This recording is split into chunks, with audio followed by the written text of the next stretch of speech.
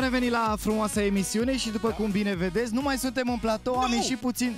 Ei! Wow, dar unde suntem, Cuza? Ei, uite, suntem în afara platoului. Și ce căutăm în afara platoului? Am venit să vorbim cu multiplu campion național, deținător de 3 recorduri mondiale la bike trial, Gabi Orban. Bună dimineața! Bună dimineața, bună dimineața! Ce faceți? Am rămas surprins, am văzut, recunoaștem, am văzut câteva încălziri pentru că necesită încălzire acest sport și voiam să te întreb, pentru un om care se lovește pentru prima dată, are contact pentru prima dată cu bike trail, ce e bike trail-ul de fapt? Păi bike trail-ul este un sport extrem, cu o bicicletă specială, cum vedeți, fără șa, fără schimbător, fără telescoape.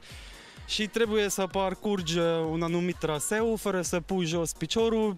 Dacă pui un picior jos, ăla înseamnă un punct de penalizare. Dacă pui ambele picioare jos în același timp, ăla înseamnă 5 puncte de penalizare și ești descalificat de pe traseul ăla.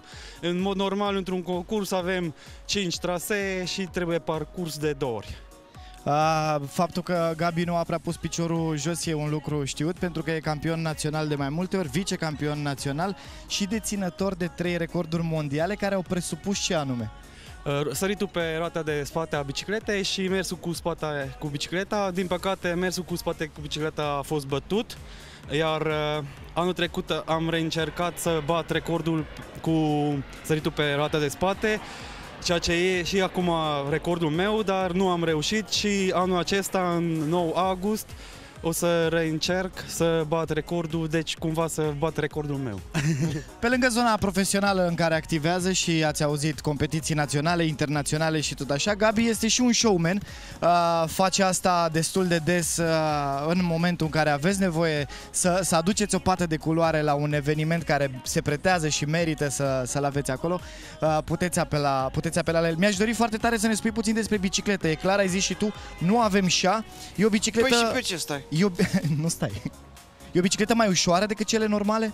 Da, de obicei e mai ușor, are cam 8,5 kg, furca e din carbon, ghidonul e din carbon, acum au apărut și niște biciclete full carbon, numai mie nu-mi place că dacă cumva cazi și lovești bicicleta, s-a dus. Cea de carbon. Ce schimbi cel mai des la ea? Care sunt cele mai uzitate lucruri? Lanțul și pedala, că dacă cumva rupe într-o săritură lanțul sau pedala, e destul de nasol. Ok. Păi, ce să mai? Să lăsăm puțin vorba deoparte? Ce zici, Cuza? Ne face o demonstrație?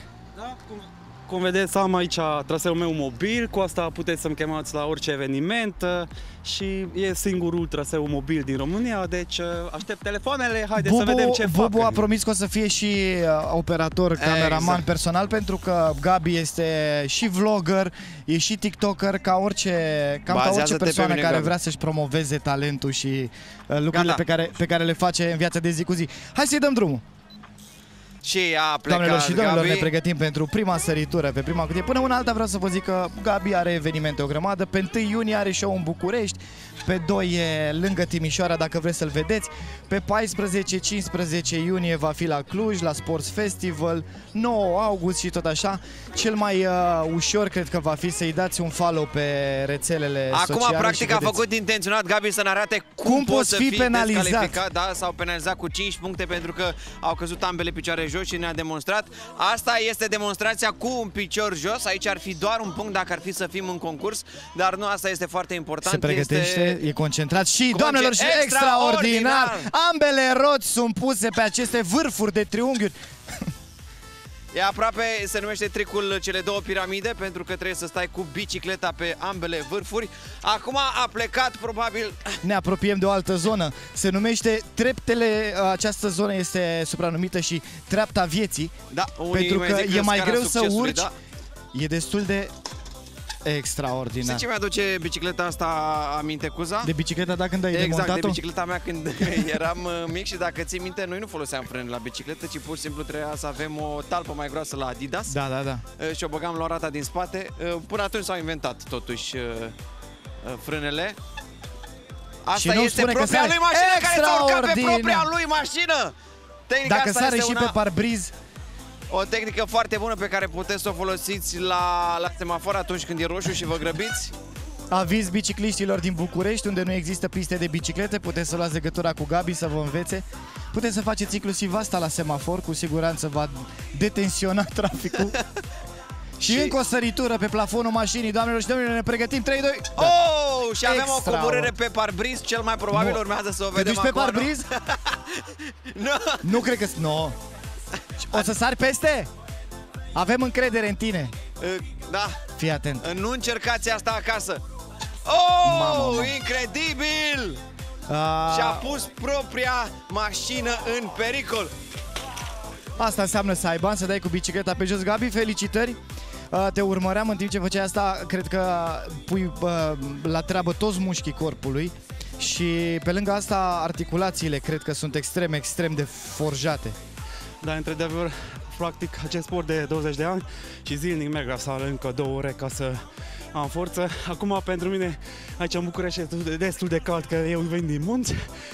Și ca ultimă întrebare, ne urmăresc și foarte mulți tineri care sunt pasionați de bicicletă și acum probabil au văzut pentru prima dată sau prind curaj.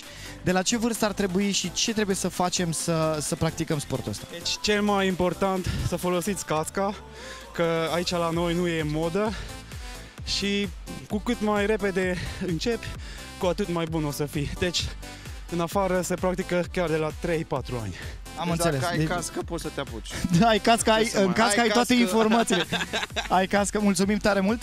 Felicitări, te mai așteptăm pe la noi cu demonstrații. Mult succes pentru momentul când o să încerci să obții un al 3-lea record. Al patrulea. Exact. Și ce să mai bubule? Ce să mai, noi să luăm bicicleta asta și să sărim de aici din exterior la interior.